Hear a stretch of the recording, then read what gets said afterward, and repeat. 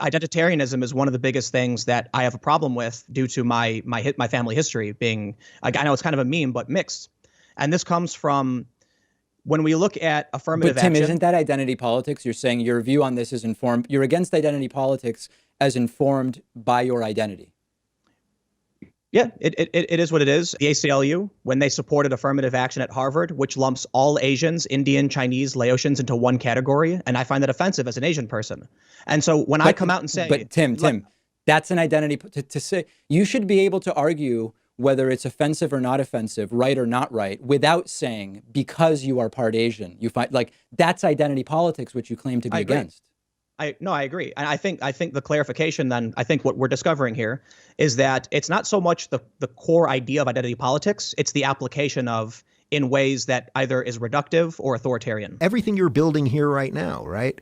Do you want the government to tell you how to do all these things and all the regulations that you got to have your electric thing this far from this and like all the regulations like that for construction are important though. You do have to make sure that people don't do stupid shit. But make sure you don't have a power line that's near a water line. There's a lot of. But I would put most of that on the builders though. They want to build things that are good. Now I get it. That's not true. Listen, people people are going to build corners all the time. Like, you have to have regulations when it comes to construction methods, or people are going to get fucked. They cut corners when there are regulations anyway. They do. They would cut a lot more if there weren't regulations. I'm not totally. You go to third world countries and look at construction methods; they're fucking dangerous. Yeah, that's why schools collapse on kids in foreign countries sometimes. Like, well, I'm not telling you that I'm against all regulation, period. That's where I said intellectually I like that argument, because you could make I think you can make a very sound argument that competition would force people to do better work. Like, if you're a plumber, you have a vested interest in doing the best plumbing job you can so that people will rate you on Yelp so that you will get more work. You don't have a vested interest in cutting corners. Now, you might, right? You're going to push it as much as you can to save as much time and energy and money as you can. Mm-hmm. But once you go over that edge, you don't want to be known as the guy that you tightened something too much so that you flooded the house, or when you're building a house. You're thinking logically, though. When people fuck things up and short things and do things terrible, they're not thinking logically. But I don't think it's the government. I don't think it's the government that they're like, the government gave me this regulation, so that's why I'm going to do it right. Well, if they didn't have any regulations, there'd be no incentive whatsoever to do it right. No, there would be an incentive. If they knew there were no inspectors, no one was going to check their stuff and make sure that their stuff was up to code. Listen, man, I was in construction my whole life. My dad was an architect. I've been in construction since I was a little kid. You fucking need regulations. These guys, a lot of people that are in construction, they'll do whatever the fuck they can to make money, and it's not good for the people that have the house, because they might have that house for 5-10 years before that problem manifests itself. Hillary, Trump. Seems to me that you've bashed Hillary. Now you're trying to back off a little bit. Are you saying that Trump, an unknown quantity, is more dangerous than a known crook? So, first of all, Dinesh, you keep calling her a crook, but you just got out of jail. Let's give Dinesh a second. Why don't you tell us? I agree. So, this is an important point. I agree. Give us a second. So, Dinesh, I agree. Just explain to us what exactly happened with that. I just want to live on my land and be completely self-sufficient and not pay your taxes. After 3 years, the town would come, kick you off of your property, and seize your land. How would you know it's your land? How would you prove that it's your land? Well, in theory, you would have a property deed, because that's what happens when you buy property. Who would issue the property deed? You get a deed. Well, right now, there are governments that issue those things. And what I'm saying is we're talking about the current paradigm of how could you own land? And there are things right now that exist. When you go buy land, you get a deed for the land. Right. If you're talking about what would happen in a free society, then there would be competing agencies probably that would issue such deeds. Which one would You're asking me to centrally plan liberty, and that's not what I'm interested in. What I'm interested in, Wait Sam, a second. I want to hear about that other paradigm. Right. Hold on, Sam. Hold on. Let me finish my thought, and if you keep trying to piss me off, I will disconnect from the call. So you're asking me to centrally plan liberty. I'm not interested in centrally planning liberty. I'm interested in promoting the idea of human freedom. Okay, so wait a second. I'm sorry. I didn't mean to upset you. I'm just trying to figure out. I think you absolutely did mean to upset me. No, I think you absolutely do want to try to push me into a corner to where you can say, see, you don't have the answers of how freedom works.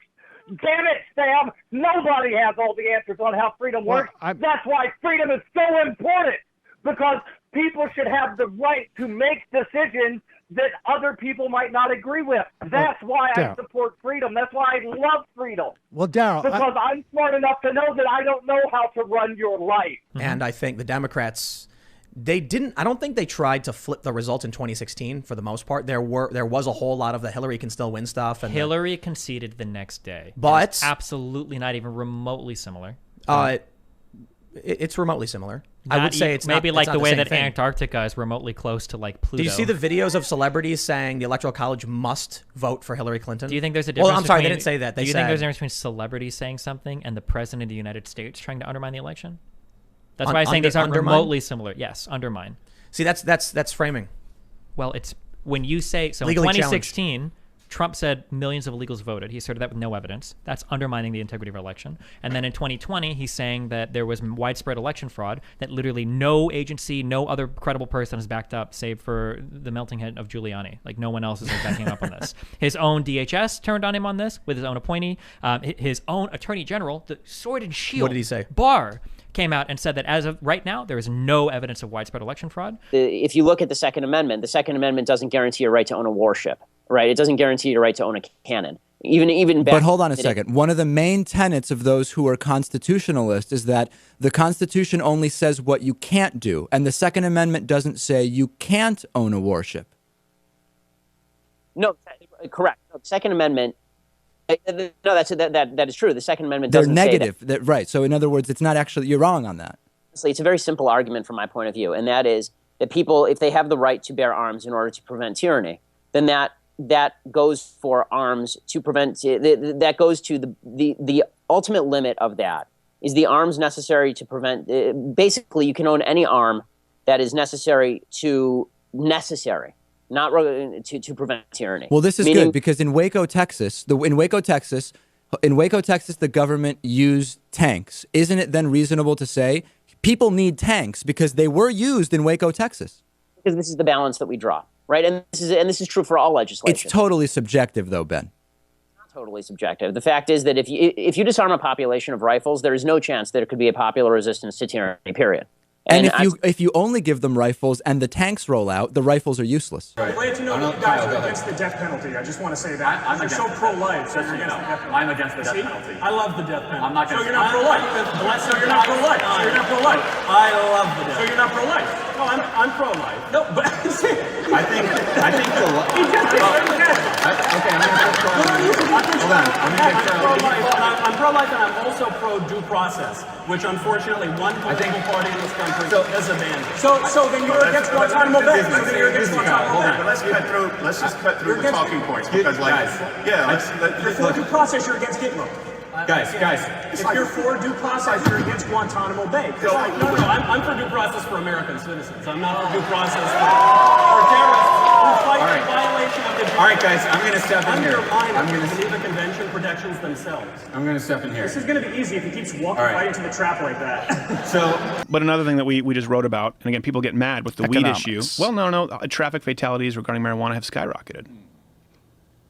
Google that because that's nonsense. No, okay, but there have been tests where they showed people But that would go back to what he said and what you said. But there have been tests where they've shown people drunk versus on marijuana, and the people on marijuana drove far better. Okay. That's true. So this is also anecdotal. No, these are tests. It goes back to your point, right? Let's say someone has alcohol in their system. Are these tests? Well, I haven't read your test. Okay, so why are you arguing against them? No, I'm saying I agreed with your point earlier. So why are you saying they're anecdotal?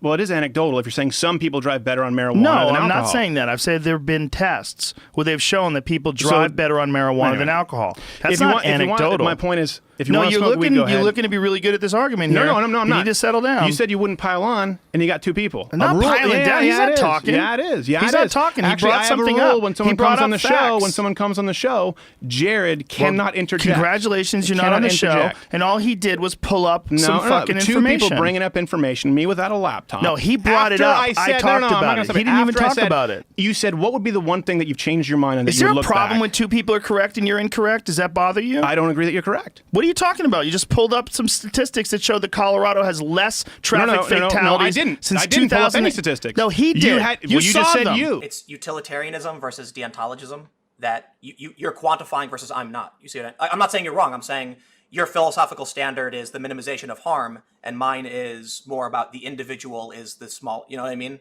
Like, yeah. I'm curious about the second part of that. You said, you know what I mean, because I really don't. Oh, Mine is so about minimization there's of harm. the two philosophies about feeling violating the ethics of an individual is violating ethics regardless, and yours is minimization of harm is better. So utilitarian versus deontological. From my standpoint, committing one unethical act is a violation of principle and ethics that can't be crossed. But I will admit, there's not like a hard line. It's you know. I think that is silly, to be honest with you. I mean, I respect you, you know, but they're very strong philosophical positions held by most people. I believe that less suffering is better, and that I am willing to.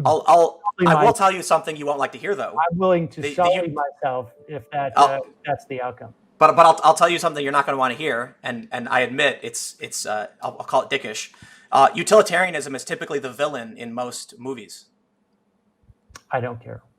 Yeah. So for instance, like Thanos was utilitarian, and Captain America was deontological. I didn't. So Thanos willing to reduce the suffering by killing hundreds of trillions versus the thousands of trillions, which would be living better off.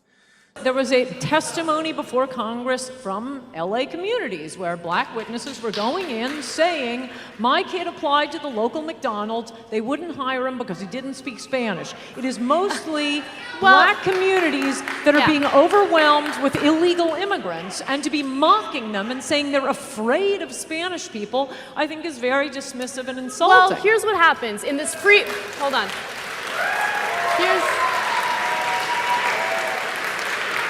You like the free market, right? You love the free market. I love the free market as well, as long as you don't have...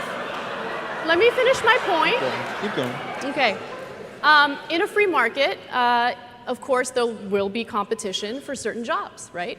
And so the most skilled worker is likely to get that position. Being bilingual is a skill.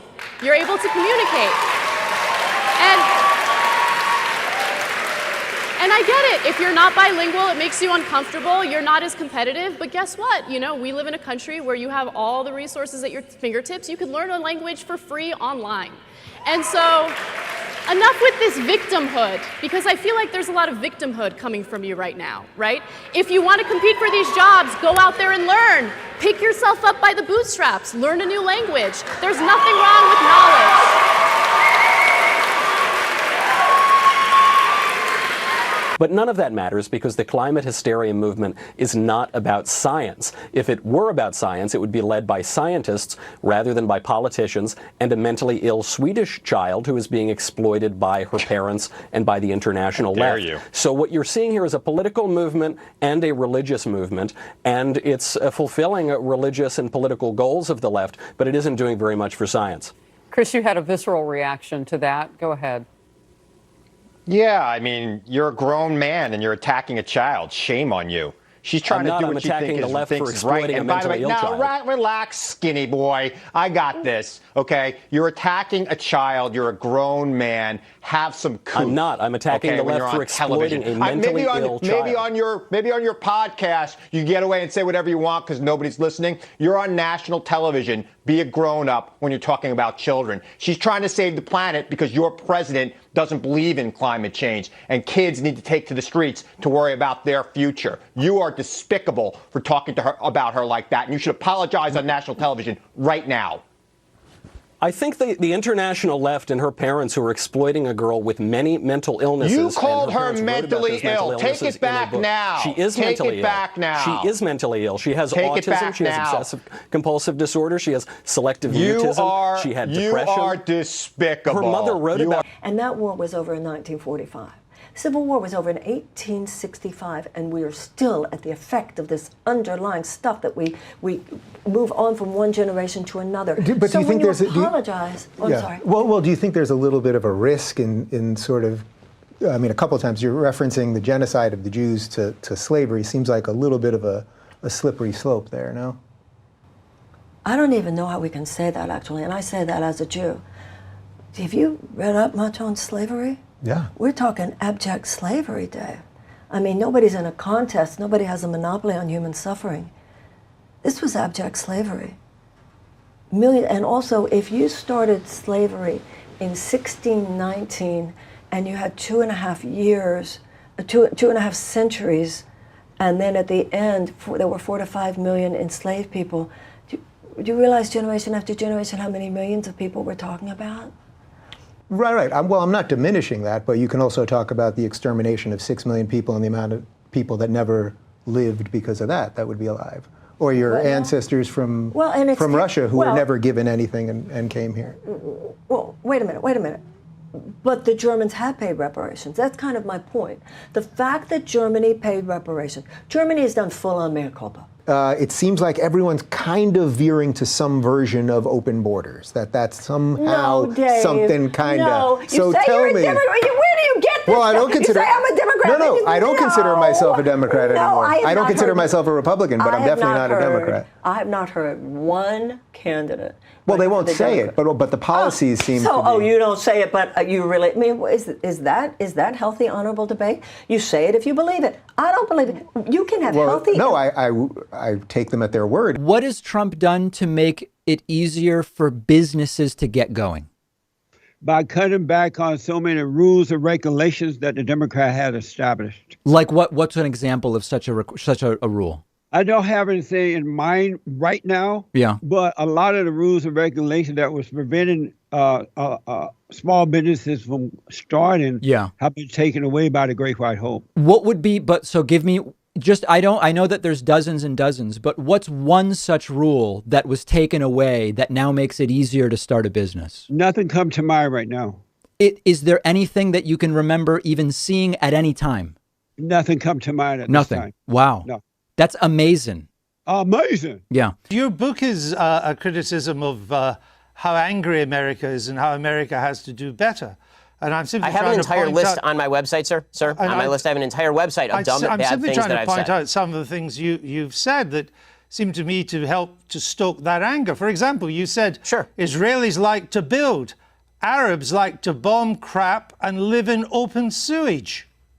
Well, as I say in an article entitled, "Here's a list of all the giant, bad, dumb things I've ever said." Was that dumb?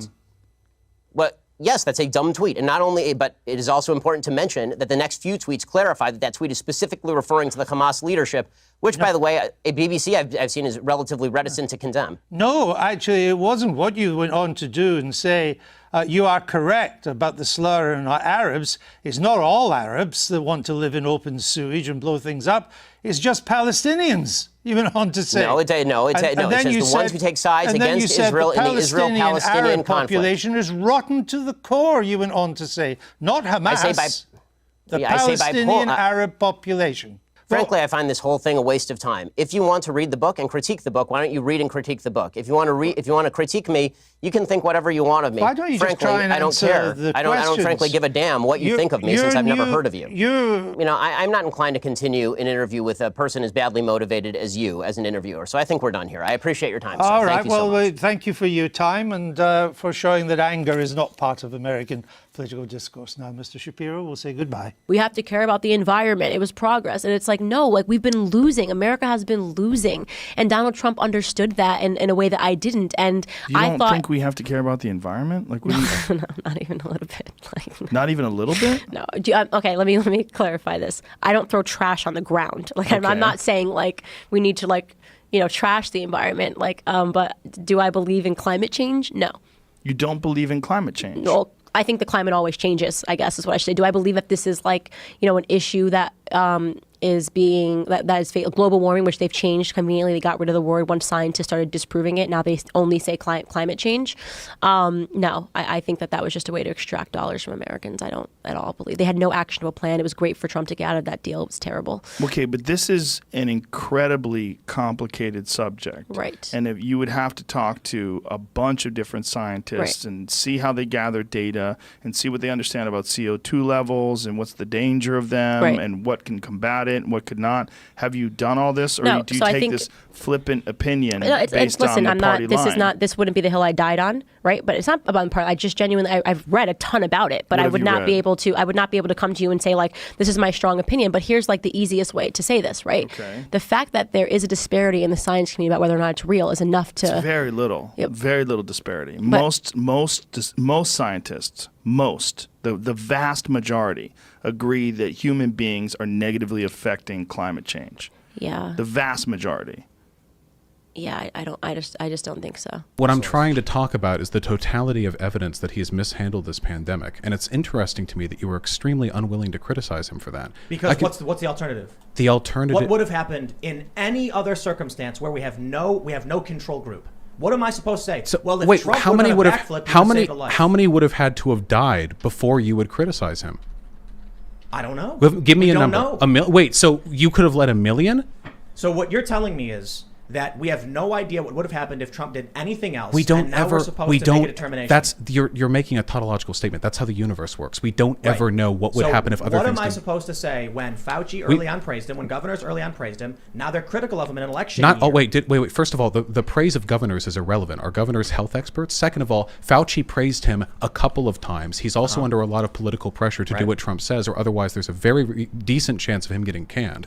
Fauci has made plenty of statements which Trump has later contradicted. Trump has been back and forth on the mask issue, going so far as to make fun of people for wearing masks. do not. You claim to have like this a disaffected sort of like anti-establishment view of all of this, but your channel is hyper partisan against the left, and then when anyone criticizes Trump, you'll either defend him harshly or you'll back up and say, well, they're all bad. You are taking the choice to defend Trump. You are the partisan here. You're not a distanced anti-authoritarian. You are standing with him, and you are saying, yes, I am anti-authoritarian, I am anti-establishment, but also we don't know if him lying to the American people was bad. It could have caused a panic. Again, as a general rule, I want you, David Pakman, as a small business owner, which you are with employees, to pay the least amount of taxes that you can so that you can hire more people, so that you can build a better studio, so that you can invest more in your operation and bring the goodness that is you and your operation out there. I know this as a small businessman now. If I had been being taxed higher right now, I had massive capital costs to build this studio and do all this stuff. By the way, I pay 100% of my employees' health insurance, 100%. I also give, my director gets a cut of our YouTube rev. I do all the things. I try to put my beliefs into practice. But that's the confusion for me, Dave, because those capital expenses are tax deductible. So if the tax rate goes up for you as an individual, if you've got pass-through income, or for the business tax rate, it doesn't matter what the business tax rate if you want to spend money on capital, because you don't pay taxes on that. Actually, it encourages you to spend money on capital to have a higher tax rate. So I understand what that argument is, and I would argue at the same time as that, that having every one of us, however much you earn, it is your money. Oh no, Sam Seder, what a fucking nightmare. I had no idea this was going to happen. Do you Sam, think come on, your audience cares that I only have 1 million subscribers and you have what, 6 or 7 million subscribers? Let me answer. Can I answer your question? Can I answer your question? Sure. You want me to answer your question? My audience would say Sam who? Just like Joe Rogan's audience and Ben Shapiro's and Dave Rubin. Who I am. Now they all know who you are because you had to shoehorn yourself into another coward show. College students, every day that you do that, change my mind. Hold on a second. They don't know who those college students are. This is another lie. This is another lie. Let me clarify, Sam. To change my mind, everyone knows on the show, right? Yes. We've had How professors did you know on the. I ended my show early last week, Stephen? If your audience doesn't even know me, because you're an idiot. And half of your staff doesn't like you. Let's debate, Stephen. Don't hide behind the glasses. Don't be a coward. Don't say let's debate, Ethan. You've lost Debate the issues. What does it matter who you debate, coward? All right, good. You guys are good. Thank you. Coward. Won't even take off the glasses. I was right. All right, yeah, you can run away. You run away twice. Cold feet again. Come on, Stephen. Wow. Wow. Dude.